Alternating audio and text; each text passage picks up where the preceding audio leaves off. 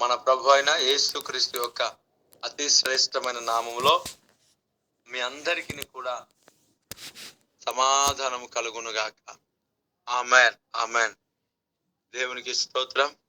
ప్రియులారా, ఒక వాక్య భాగాన్ని చదువుదాం. విలాప వాక్యములు 3వ అధ్యాయము 22వ వచనాన్ని నేను చదువుతున్నాను. యెహోవా కృపగలవాడు, ఆయన వాత్సల్యత ఎడతెగక నిలుచున్నది కనుక మనము నిర్మూలము కాకున్న వారము. దేవునికి స్తోత్రం, దేవునికి మహిమ కలుగును గాక. చూడండి 23వ వచనంలో కూడా అనుదినము నూతనముగా ఆయనకు వాత్సల్యత పుట్టుతున్నది, నీవు ఎంతైనా నమ్మదగిన వాడవు. స్తోత్రం కలుగును గాక. ఆమెన్, హల్లెలూయా. అసలు యాక్చువల్గా ఈ నమ్మదగిన వాడు అనే మాట దేవుడు సన్నిధిలో ఉదయకాలం నేను విన్నాను. ఆశ్చర్య రీతిగా దేవుడు మరలా ఆ మాట ద్వారానే ఈ వాక్యంతో దర్శిస్తున్నందుకై నిజంగా దేవుని స్తుతిస్తున్నాను. సమస్త మహిమ, ఘనత, ప్రభావములు దేవునికే చెల్లునుగాక. ప్రియ దేవుని బిడ్డలారా, ఎంతో శ్రేష్టమైన దేవుని సన్నిధిని మనం అనుభవించుటకు ఎన్నో గొప్ప కార్యాలు మన పట్ల దేవుడు జరిగిస్తా ఉన్నాడు. ఆయన ఒక అభిషేకము నది వలె మన పైన ప్రవహిస్తూ ఉంటుంది. దేవునికి స్తోత్రం కలుగును గాక.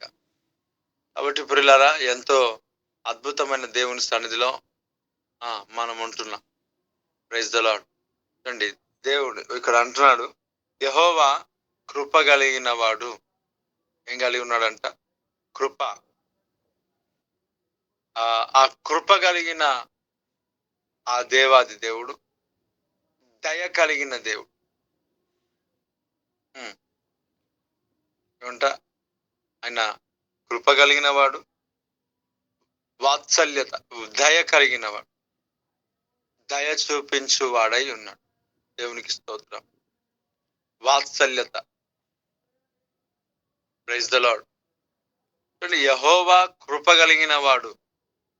ఆయన కృప ఈ ఉదయకాల సమయంలో మనం ఏం చేస్తుంది అని అంటే నిలువ పెడతాం. ఆయన వాత్సల్యత ఈ ఉదయకాల సమయంలో ఏం చేస్తుంది అని అంటే నిల్చోబెడతాం. ఆయన కృప బాహుల్యం. దేవునికి స్తోత్రం.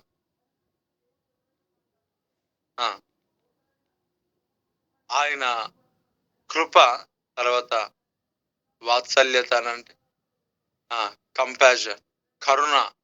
కరుణ. దేవునికి స్తోత్రం. మెర్సియస్ అంటే కృప కలిగిన వాడు. కంపాషన్, కరుణ. కరుణ కలిగిన వాడు అనగా వాత్సల్యత కలిగిన వాడు. దేవునికి స్తోత్రం. దేవుని సన్నిధిలో మనం కృప పొందిన వారముగా మనం ఉంటున్నాం. కృప పొందిన వారముగా మనం ఉంటున్నాం. ప్రియులారా, ఇక్కడ దేవుని యొక్క సన్నిధిలో మనం చూస్తుంటున్నాగా యెహోవా కృప కలిగిన వాడు, ఆయన వాత్సల్యత ఎడతెగక నిలుచున్నాడు. దేవునికి స్తోత్రం. ఆయన వాత్సల్యత ఎడతెగక నిలుచును అంటే ఆయన కంపాషన్, ఆయన కరుణ, ఆయన వాత్సల్యత ఎడతెగక నిలుచును. కనికరం, ఆయన కనికరం ఎడతెగక నిలుచును. ఆ కనికరం నిలుచును. ఆ కనికరం అనేది ఉంది కాబట్టి కృప చూపిస్తుంది. ఆయన కనికరం కలిగిన వాడు కాబట్టి కృప చూపిస్తుంది. వాత్సల్యమును చూపిస్తుంది. వాత్సల్యం ఆయన కలిగిన వాడు కనుక కృప చూపిస్తుంది.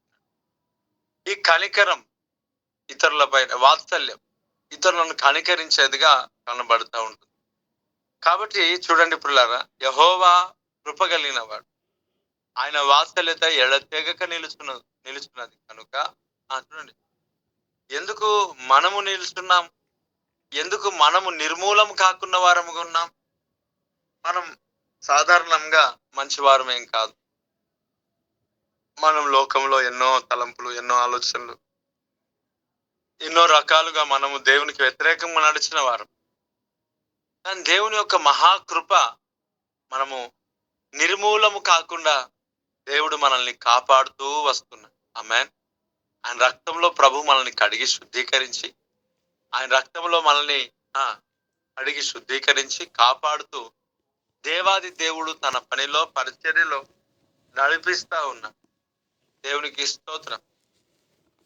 ప్రియా దేవుని బిడ్డలారా, దేవుని యొక్క వాక్యం ఎంతో శ్రేష్టమైనదిగా మనకి ఇక్కడ కనబడతా ఉంది. మనం ఇంకా నిర్మూలం కాకుండా మనం ఉంటున్నాం. ఒకవేళ మనము యేసుక్రీస్తు ప్రభు కృప మనకు లేకపోతే మనం నిర్మూలం అయ్యేవారం కదా. సో దేవుడు మనము నిర్మూలము కాకుండా కాపాడుతా ఉన్నాడు. ఆయన కృపయే మనల్ని కాపాడుతుంది. ఆయన కృపయే మనకు క్షేమం ఇస్తుంది. ఆయన కృపయే మనల్ని దర్శిస్తుంది. ఆయన కృపయే మనల్ని నడిపిస్తా ఉన్నది. ఆయన కృపను బట్టి మనం ఈరోజు నిర్మూలం కాకున్న వారము ఉన్నాం. ఆయన వాత్సల్యతను బట్టి ఈరోజు మనం నిర్మూలం కాకున్న వారముగా మనం ఉన్నాం. ఆయన యొక్క కనికరం బట్టి మనము నిర్మూలం కాకున్న వారముగా ఉన్నాం. మన క్రియలు కాదు, మన యొక్క ప్రార్థన అని కాదు, లేక మనం నీతిమంతులము అని కాదు. మనం ఎందుకు నిర్మూలం కావట్లేదు అని అంటే, మన పట్ల దేవాది దేవుడు తన వాత్సల్యతను అలాగే తన కృపను మన ఎడల ఆయన చూపిస్తున్నాడు కనుక మనము నిర్మూలము కాకున్న వారంగా మనం ఉంటున్నాం. దేవునికి స్తోత్రం. అంతేకాకుండా పిల్లరా, దేవుడు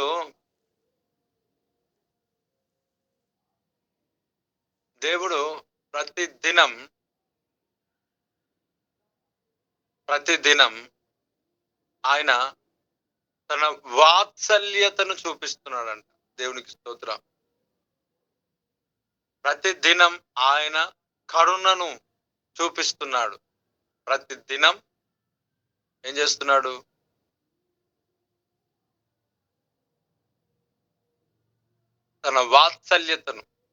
తన వాత్సల్యతను ఆ ప్రభు చూపిస్తున్నాడు.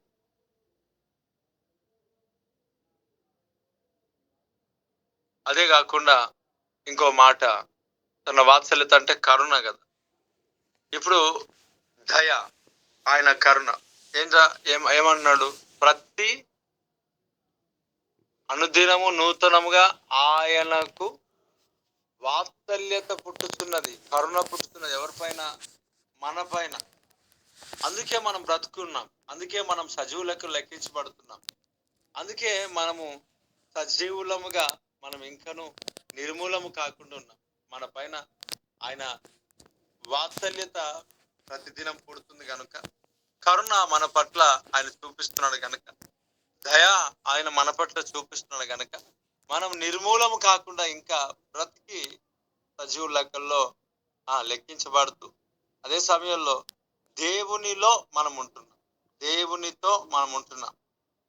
పరలోక రాజ్య నివాసులుగా కేవలం ఆయన కృపను బట్టి దేవుడు మనకు ఇచ్చిన భాగ్యం అది. దేవునికి స్తోత్రం. గొప్ప భాగ్యం, దేవునికి మహిమ, గొప్ప ఆశీర్వాదం. ప్రియులారా, ఆయన కృప లేక ఆయన వాత్సల్యం ప్రతిదినం నూతనంగా పుట్టుతున్నదంట.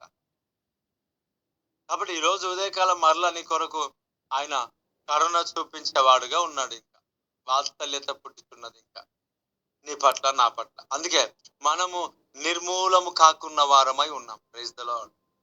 అలా అన్నాడు, నువ్వు ఎంతైనా నమ్మదగిన వాడవు. Praise the lord. నీవు ఎంతైనా నమ్మదగిన వాడవు. ఆయన నమ్మిన వారిని చేతిని విడిచిపెట్టే దేవుడు ఆయన కాదు. మనుషులు చేతులు విడుస్తారు, మనుషులు మనల్ని విడిచిపెడతారు, మనుషులు మనకు సహకారులుగా ఉండరు. కానీ దేవాది దేవుడు ఎంతైనా నమ్మదగిన వాడు. ఎర్ర సముద్రము దగ్గర ఇశ్రాయేలును విడిచిన వాడు కాదు. గలిలయ సముద్రంలో శిష్యులను విడిచిపెట్టిన వాడు కాదు. తన సేవకుడైన ఏలియాను ఆహారంతో, పస్తులతో ఆహారం లేకుండా ఉంచిన వాడు కాదు. ఎలీషాను శత్రువులకు దేవుడు అప్పగించిన వాడు కాదు. ఆయన ఎంతైనా నమ్మదగిన వాడు. అద్దరికి వస్తానని సెలవిస్తున్న దేవుడు తన శిష్యులతో మధ్యరాత్రిలో 4వ జాములో ఉదయకాలంలో ఏమంట పిల్లరా వారితో పాటు కలిసి నడిచాడు. ఆయన ఎంతైనా నమ్మదగిన. నీ జీవితంలో నమ్మిన ఆ ప్రభు ఎప్పుడు నీ యొక్క నమ్మకాన్ని తొలగించాడు. ఆయన నీ నమ్మకాన్ని ఆశీర్వదిస్తాడు, నీ నమ్మకాన్ని బలపరుస్తాడు, నీ నమ్మకాన్ని స్థిరపరుస్తాడు, నీ నమ్మకాన్ని నిలబెడతాడు ఆ దేవుడు. స్తోత్రం. ఆయన నమ్మినావు, నిన్ను సిగ్గుపరుస్తాను ఇవ్వడు ఆయన. దేవుడికి స్తోత్రం. నమ్మింది ఎవరిని? మోసము లేని వాడిని. హల్లెలూయా. చేతిని విడిచిపెట్టని దేవుడు. ఆయన విడువడు, ఆయన ఎన్నడు ఎడబాయని దేవుడు కదా. అక్కడ అన్నాడు, నువ్వు ఎంతైనా నమ్మదగిన వాడువు. ఎంతైనా ఆయన నమ్మదగిన, ఎంతకైనా నమ్మదగిన వాడు. అంతే ఏస్తున్నాము. ఆమేన్. నీ జీవితాన్ని నమ్మదగిన మన సృష్టికర్తకు మనం అప్పగించుకుని ఉంటుండగా ఆ నమ్మదగిన దేవుడు మనల్ని నడిపించేవాడుగా ఉన్నాడు, స్థిరపరిచే దేవుడుగా ఉన్నాడు. అంతే నమ్మదగిన వాడు, అంతే నమ్మదగిన వాడు. నమ్ము. సముద్రంలో ఒంటరిగా ఉన్న నమ్ము. అందరూ చేతిని విడిచిపెడుతున్న నమ్ము. నీ పరిస్థితులు ఏమై ఉన్నా నమ్ము ఆయన. అంతే. ఆయన నీ పరిస్థితులన్నింటినీ దాటించి చక్కబెట్టి ఆశీర్వదించి నిలబెట్టబోతున్నాడు. ఏస్తున్నాములో ఆయన నిలబెడతాడు. అంతే. Praise the Lord. హల్లెలూయా. ఆయన నమ్మదగిన. నిన్ను ఆకలితో ఉంచడు, నిన్ను ఆకలితో అలమటింప చేయడు. ఆయన నిన్ను పట్టించుకోకుండా త్రోసివేసే దేవుడు కాదు. ఆయన ఎంతైనా నమ్మదగిన వాడు. నిన్ను విడిపించిన శక్తిగా మంతుడు, శక్తి కలిగిన వాడు. ఆయన ఎంతైనా నమ్మదగిన. ఎంతైనా ఎంతైనా ఎంతైనా నమ్మ. ఆయనకి ఎంతైనా నీ నమ్మకమును బట్టి ఎంత నమ్మితే అంత ఆశీర్వదించి నడిపించే దేవుడు. నమ్మదగిన దేవుడు, సహాయుడవు యేసయ్యా. ఆపత్కాలములో ఆశ్రయమైనది నీవేనయా. నమ్మదగిన దాడవు, సహాయుడవు యేసయ్యా. ఆపత్కాలములో ఆశ్రయమైనది నీవేనయా. నీ జనులకు నీవు న్యాయాధిపతి వైతివే. శత్రువుల కోటలన్నీ దాటించితివి. సంఖ్యల సంబరాలు అన్ని తొలగించాడు దేవుడు. దేవుడికి మహోన్నతుడా, ఈ మాట ప్రతి బిడ్డ జీవితం ఆశీర్వాదకరంగా దీవించి జీసస్ నేమ్ ఈ మాటలు ఈ దినం ధ్యానించి ముందుకు యేసు నామములో నడుచున్నాను. ఆమేన్.